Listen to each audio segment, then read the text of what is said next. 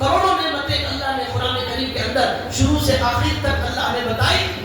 آنکھ اٹھا کر دیکھو، جو بھی نظر آئے گا تمہیں اللہ کی نعمت نظر آئے گی. سورج نظر آ رہا ہے، اللہ کی نعمت. چاند نظر آ رہا ہے، اللہ کی نعمت. ستارے، آسمان، زمین، پانی، دودھ، جو بھی نظر آ رہا ہے آپ کو اللہ کی نعمتوں کی بارش ہمارے اوپر جو ہے بارش کی طرح برس رہی ہے، لیکن ہمارے دل میں اس اللہ کی محبت پیدا نہیں ہوتی. ایک آدمی ایک بار زندگی میں مدد کرتا ہے، ہم زندگی بھر احسان یاد رکھتے ہیں. اللہ کروڑوں احسانات رات دن کرتے رہتے ہیں، ہمیں اس کی کوئی قدر نہیں، اس کی محبت پیدا نہیں ہوتی. صبح اٹھ کر سحری میں ہمارے سامنے روٹی آ گئی، ہمارے سامنے چاول آ گیا، ہمارے سامنے گوشت آ گیا، ہم نے کبھی غور نہیں کیا اس روٹی کو ہمارے تک پہنچانے کے لیے اللہ نے کیا کیا نظام بنایا. یہ گیہوں پیدا کرنے کے لیے اللہ نے ہماری خدمت پر زمین کو لگا دیا. زمین نے خدمت کی، محنت کی ایک دانہ پیدا کرنے کے لیے. پانی نے ایک گیہوں کا دانہ پیدا کرنے کے لیے پانی نے محنت کی. اللہ نے پانی کو ہمارا خادم بنایا، زمین کو ہمارا غلام بنایا. اللہ نے سورج کو ان پودوں پر لگا دیا. سورج کی کرنیں پڑتی ہیں، وہ جو ہے وہ گھاس اگتی ہے اور دانہ اگتا ہے. سورج کی شعاعوں کا دخل ہے، چاند کی کرنوں کا دخل ہے. فرشتے اس زمین سے نکلنے والے اناج پر محنت کرتے ہیں. پانی محنت کرتا ہے، زمین محنت کرتی ہے، اور وہ گیہوں کا دانہ اس پر جانور محنت کرتے ہیں. بیل ان کو کھیتوں کے اندر چرایا جاتا ہے. کسان محنت کرتے ہیں. کسان محنت کرنے کے بعد وہ لاری میں، ٹیمپو میں وہ گیہوں کا دانہ جو ہے کھیت سے نکل کر منڈی میں گیا. ہزاروں گاڑی والوں نے محنت کی، لاری نے محنت کی، ڈرائیوروں نے محنت کی. پھر وہ منڈی میں آیا، منڈی میں بہت سارے لوگوں نے محنت کی، اسے پیک کیا گیا. پھر وہاں سے دکان میں آیا، محلے میں آیا، پھر محلے سے ہمارے گھر میں آیا. ہماری عورتوں نے اس گیہوں کے دانے کو پکایا، روٹی بیل کر ہمارے سامنے رکھ دیا. ہم جو ہے بڑی آسانی سے کھا لیتے ہیں، پھر بھی ہمیں اللہ سے محبت نہیں ہوتی.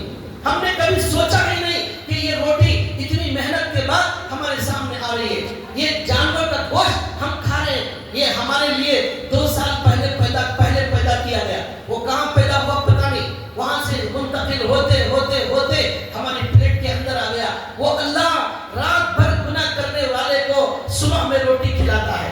رات بھر گناہ کرنے والے کے سامنے پلیٹ میں بریانی رکھ دیتا ہے. وہ کیسا رحمان ہے، وہ کیسا رحیم ہے. ہم اس کی نعمتوں پر غور نہیں کرتے، اس لیے ہمیں اس سے محبت نہیں ہوتی. یہ محبت ہو جائے گی جب ہم اس کی نعمتوں پر غور کریں گے اور قرآن کریم پڑھیں گے. اس نے ہمارے لیے کیا کیا کیا، اس نے ہمارے پر کیسا رحم کیا. ہمیں انسان بنایا، انسان، جانور نہیں بنایا. ہمارے نبی صلی اللہ علیہ وسلم کی امت میں شامل فرمایا. قرآن جیسی عظیم نعمت تھی. یہ رمضان کتنی بڑی عظیم نعمت ہے اللہ کی جو اللہ نے ہمیں دیا. اللہ نے کہا پہلی امتیں ہزار سال عبادت کرتی تھی، آپ یہ ہمارے نبی کی میری پیاری امت کہیں ان سے پیچھے نہ رہ جائے، یہ سب سے آگے ہونا چاہیے. یہ آخر میں آنے والی امت سب سے پہلے جنت میں جائے گی. یہ آخر میں آنے والی امت دنیا جنت کے سب سے بلند درجات پر ہوگی. اس کے لیے اللہ نے کیا کیا؟ 1 مہینہ رمضان مبارک کا دیا، اور اس کے اندر کہا کہ اس کے اندر آپ کیا کرو، 1 فرض پڑھو 70 فرض لکھا جائے گا. 1 نفل پڑھو، آپ کو فرض کا ثواب لکھا جائے گا. 1 سبحان اللہ بولو، 70 سے 700 گنا تک بڑا چڑھا کر لکھا جائے گا، تاکہ آپ کے درجات بلند ہو جائے. وہ کیسا رحم کرنے والا اللہ ہے. کیسا بھی گنہگار ہو، 15 سال کا گنہگار، 50 سال کا گنہگار، 70 سال کا گنہگار، کوئی بھی گناہ کرنے والا، کیسا بھی گناہ کرنے والا، وہ آ جائے رمضان مبارک کے اندر. ہر رات میں اعلان ہوتا ہے کوئی گناہوں سے معافی چاہنے والا ہے، کوئی رزق طلب کرنے والا ہے، کوئی بیماری سے شفا چاہنے والا، آ جاؤ. اللہ کی طرف سے اعلان ہو رہا ہے اور اس کے اللہ کی رحمت کا دریا بہایا جا رہا ہے. کیسا رحم کرنے والا وہ اللہ ہے، لیکن ہمیں اس سے محبت نہیں ہوتی. تو اللہ سے زیادہ حسین کوئی نہیں، پھر بھی محبت نہیں ہے. اللہ سے زیادہ نعمتوں کی بارش کرنے والا کوئی نہیں، پھر بھی ہمیں اللہ سے محبت نہیں ہوتی. بھائیو، اس محبت کو پیدا کرنے کے لیے ہمیں اپنے اوپر محنت کرنے کی ضرورت ہے. محبت جن کے دل میں اللہ کی محبت ہے، ان کے ساتھ اٹھنا بیٹھنا، ان کے ساتھ تعلقات رکھنا. قرآن پڑھنے سے ہمارے دل میں اللہ کی محبت آئے گی. ہمارے نبی صلی اللہ علیہ وسلم نے صحابہ پر محنت کی، ان کے دل میں اللہ کی محبت بٹھائی. اس کی وجہ اب سوال یہ ہے کہ ہمارے دل میں اللہ کی محبت ہے، ہم اللہ سے محبت کرتے ہیں، تو کیا اللہ بھی ہمارے سے محبت کرتے ہیں؟ قرآن نے اس کا جواب دیا، حدیث میں اس کا جواب دیا گیا۔ اللہ کے نبی نے کہا اے انسان، یہ انسان بڑا کمزور ہے۔ قرآن میں کہا گیا انسان بڑا کمزور ہے، خلق الانسان ضعیفا۔ قرآن میں کہا گیا قرآن میں کہا گیا انسان بڑا جلد باز ہے۔ قرآن میں انسان کو جاہل کہا گیا، انسان کو ظالم کہا گیا، انسان کو کہا گیا بڑا جلد باز ہے، بڑی کمی والا ہے، بڑے کھوٹ والا ہے۔ لیکن انسانی کمیوں کے باوجود اللہ ہمارے سے محبت کرتے ہیں۔ ہم اس اللہ کے اندر کوئی عیب نہیں ہے، پھر بھی ہم اس سے محبت نہیں کرتے۔ کتنی عجیب بات ہے۔ اللہ کے نبی صلی اللہ علیہ وسلم نے فرمایا بندہ جب اللہ کے قریب آتا ہے، اللہ کہتے ہیں تو چل کر آ، میں تیرے طرف دوڑ کر آتا ہوں۔ اللہ کے نبی کہتے ہیں ایک بارش جو اللہ کے قریب آئے گا، اللہ ایک ہاتھ اس کے قریب آ جائیں گے۔ یہ اللہ تعالیٰ بندے سے محبت کرتے ہیں۔ یہ دلیل ہے کہ بندہ اللہ تعالیٰ بندے سے محبت کرتے ہیں۔ قرآن کریم میں اللہ نے فرمایا اے لوگو، اگر تم چاہتے ہو کہ اللہ تمہارے سے محبت کرے، تم چاہتے ہو اللہ تمہارے سے محبت کرے،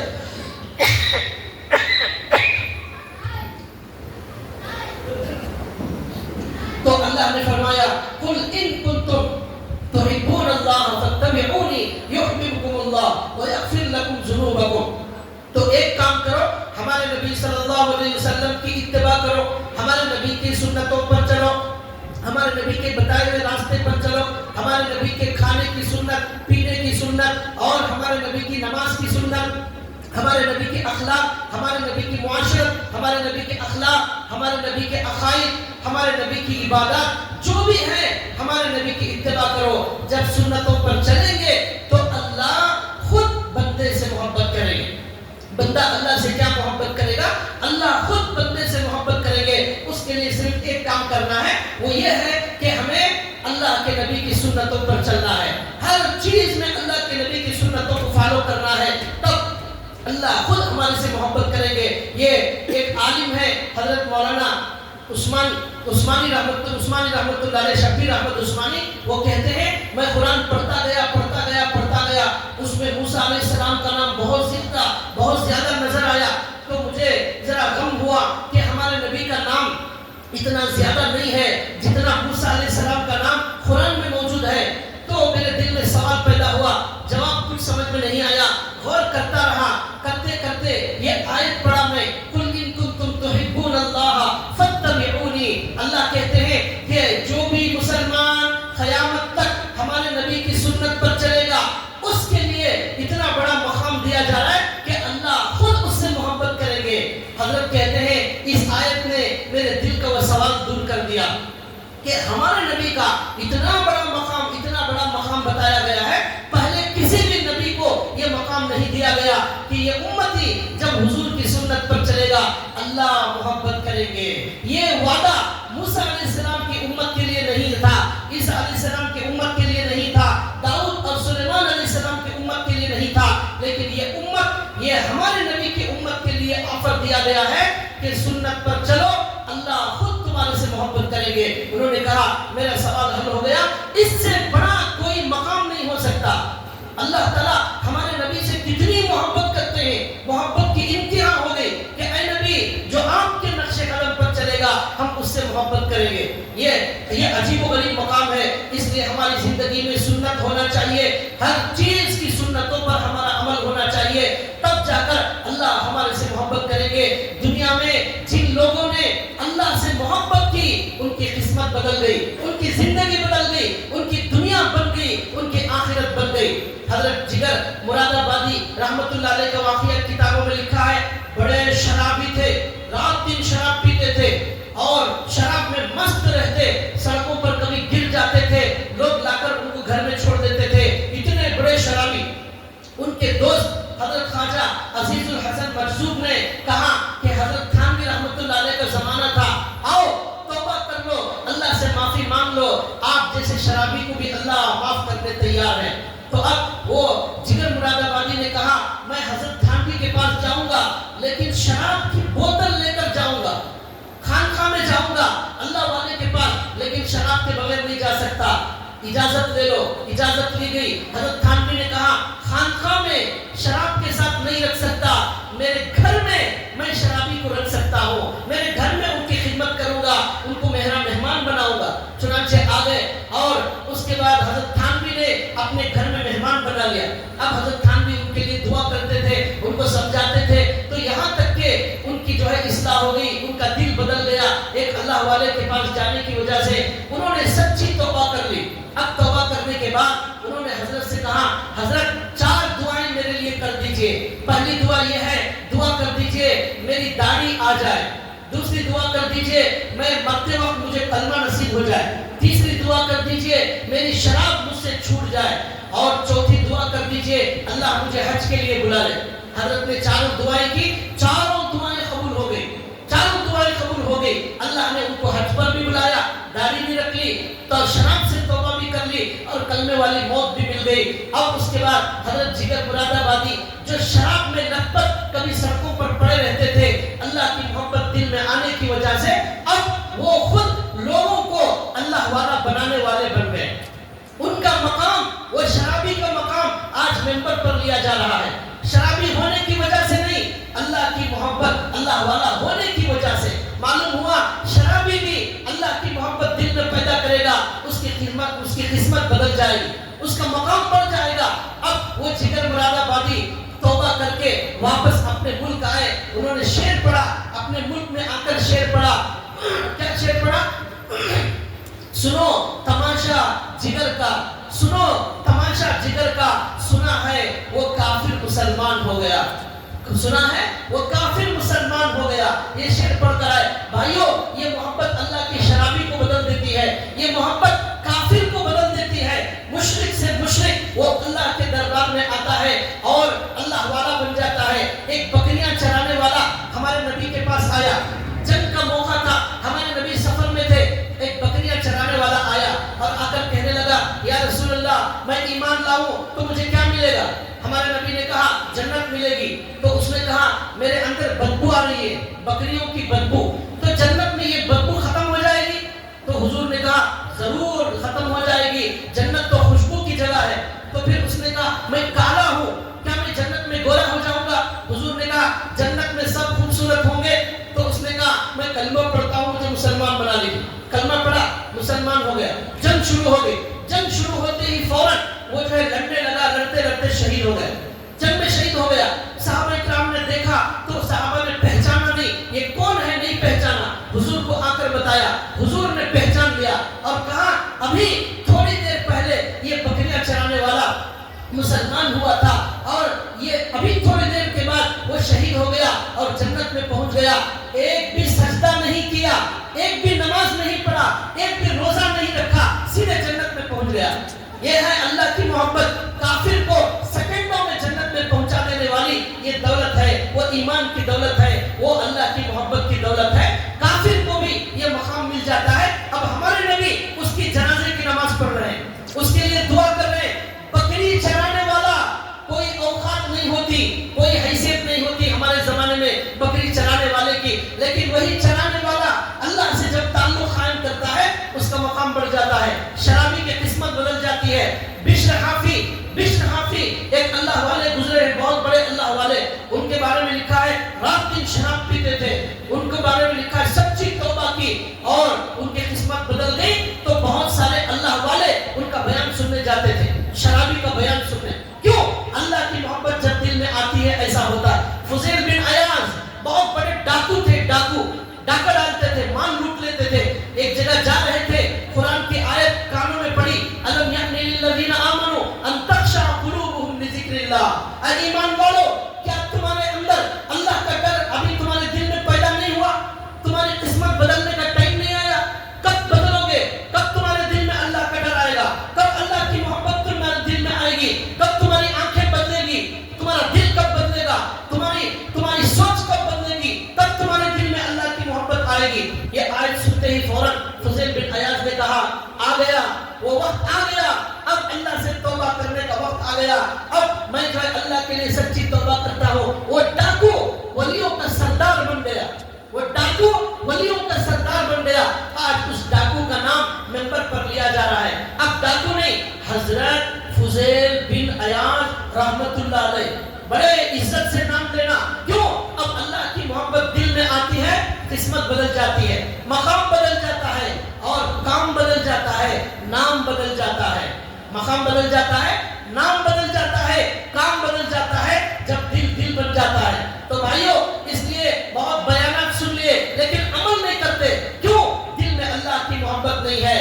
ایک فلسطین کا واقعہ یاد آیا, کیسی محبت اللہ کے دل میں ان کے تھی. ہمارے اندر بھی جو ہے, ہم ہٹے کٹے صحت مند ہیں, کوئی بیماری نہیں, لیکن روزہ رکھنے تیار نہیں, قرآن پڑھنے تیار نہیں, تراویح کے لیے تیار نہیں. بہت بیانات سن لیے لیکن دل میں محبت نہیں ہوگی, کبھی یہ نفس اللہ کے سامنے جھکنے والا نہیں. فلسطین کے اندر ابھی جب آزادی ہوئی کچھ مہینے پہلے, بہت سارے لوگ اسرائیل نے ان کو رہا کیا, تو ایک حافظ قرآن آئے.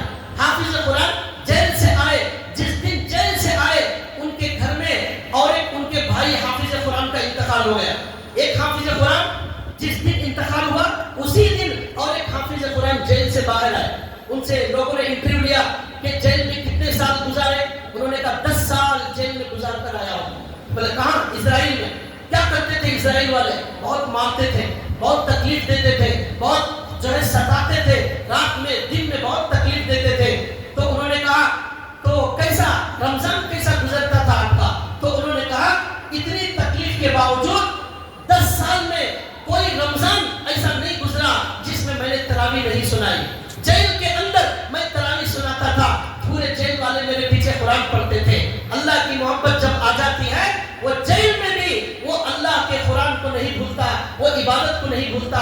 ہم آزاد رہ کر بھی تراویح نہیں پڑھتے. محبت آ جاتی ہے, جیل میں بھی وہ قرآن سے تعلق جو ہے قائم رکھتا ہے. پھر انٹرویو لیا گیا کہ آپ اور جیل کے بارے میں کچھ بتائیے. انہوں نے کہا ایک عجیب و غریب بات بتاتا ہوں, وہ یہ ہے میرے ساتھ جیل میں 10 سال پہلے تقریباً 40-50 ایسے نوجوان آئے جن کو الف با تا بھی پڑھنا نہیں آتا تھا. آج 10 سال کے بعد وہ میرے ساتھ حافظ قرآن بن کر جیل سے باہر آ رہے ہیں. حافظ قرآن بن کر وہ جیل سے باہر آ رہے ہیں. جب ہمارے ساتھ گئے تھے الف با تا بھی پڑھنا نہیں آتا تھا. اس جیل کو ہم نے مدرسہ بنا دیا, اس جیل کو ہم نے مسجد بنا دیا, اس جیل کو ہم نے خانقاہ بنا دیا. جہاں اللہ والے ہوتے ہیں وہ جیل بھی مسجد اور مدرسہ بن جاتا ہے. انہوں نے کہا, سوال کرنے والے نے کہا کیا جیل میں قرآن تھا؟ تو انہوں نے کہا جیل میں قرآن نہیں تھا. جیل میں قرآن نہیں تھا, پھر کیسے حافظ بنایا 50-60 لوگوں کو؟ انہوں نے کہا کہ پین بھی موجود نہیں تھا جیل کے اندر, اور کاغذ بھی موجود نہیں تھا, قرآن بھی موجود نہیں تھا, پھر کیسے حافظ بنایا ان لوگوں کو؟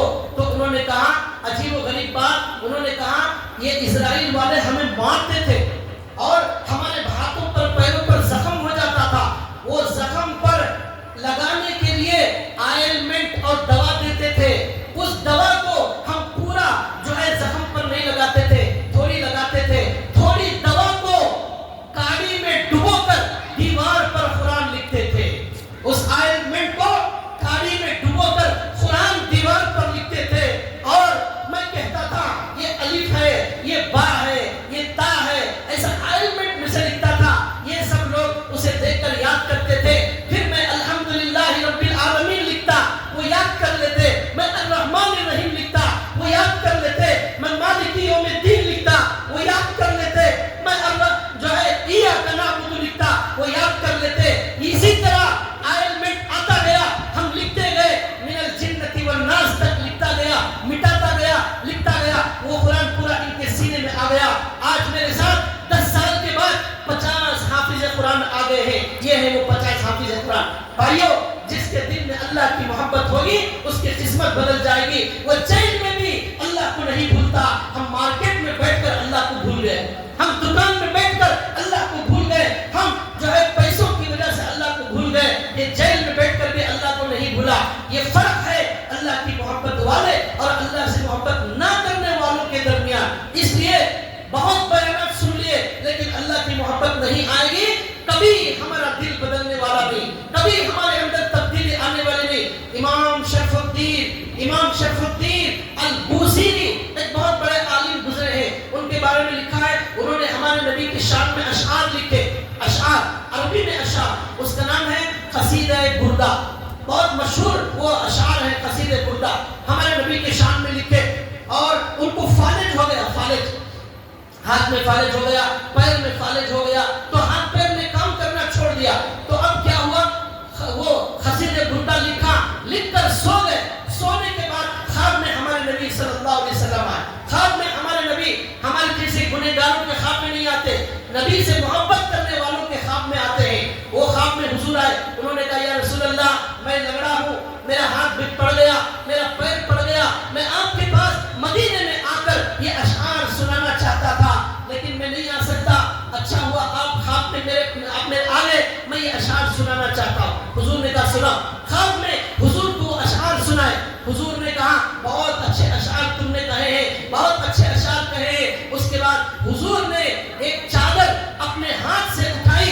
اور ان کو اڑا دی حضور نے، اب صبح اٹھتے ہیں ان کا فالج ختم ہو گیا، اب ہاتھ بھی کام کر رہا ہے اور پیر بھی کام کر رہا ہے، تو اللہ سے محبت کرنے والوں کا یہ مقام ہوتا ہے، ہمارے نبی آ کر ان کا علاج کر دیتے ہیں اور ان کے لیے دعا کر دیتے ہیں، اور بیمار کو شفا مل جاتی ہے، روحانی بیمار کو بھی شفا مل جاتی ہے۔ بھائیو یہ محبت اللہ کی بہت بڑا قیمتی خزانہ ہے، جو اس خزانے کے بغیر دنیا سے چلا گیا وہ بڑا ناکام، بڑا محروم ہے۔ ہمارے نبی صلی اللہ علیہ وسلم نے سارے صحابہ کے دل میں اللہ کی محبت بٹھا دی اور اللہ کی نعمتوں کو ان کو بتایا۔ اب اللہ کی محبت میں صحابہ جان دینے کے لیے تڑپتے تھے، جان دینے کے لیے، یا رسول اللہ مجھے میرا نام جہاد میں لکھ لیجئے، یا رسول اللہ مجھے موقع دیجئے، تڑپتے تھے اللہ کے لیے جان دینے کے لیے۔ ہم وقت دینے بھی تیار نہیں، ہم نماز کے لیے آنے تیار نہیں، ہم ایک گھنٹہ تراویح میں کھڑنے تیار نہیں، ہمارے دل میں اللہ کی محبت نہیں۔ ہمارے نبی جب اللہ کی محبت اس طرح بٹھاتے تھے پھر ہمارے نبی ان کے سامنے بیان کرتے تھے، کیا بیان کرتے تھے؟ لوگو اذا كانت اول ليلة من رمضان، اے لوگو جب رمضان کا مہینہ آتا ہے، پہلا دن آتا ہے، تو اللہ کیا کرتے ہیں؟ صفدت الشیاطین ومردت الجن، شیطانوں کو قید کر دیا جاتا ہے رمضان میں، جنات کو قید کر دیا جاتا ہے، وہ لوگوں کو بہکا نہیں سکتے۔ پھر اللہ کے نبی نے کہا کہ فتحت ابواب الجنہ، جنت کے دروازوں کو کھول دیا جاتا ہے، فلم یغلق منہا باب، جنت کا کوئی دروازہ رمضان میں بند نہیں ہوتا۔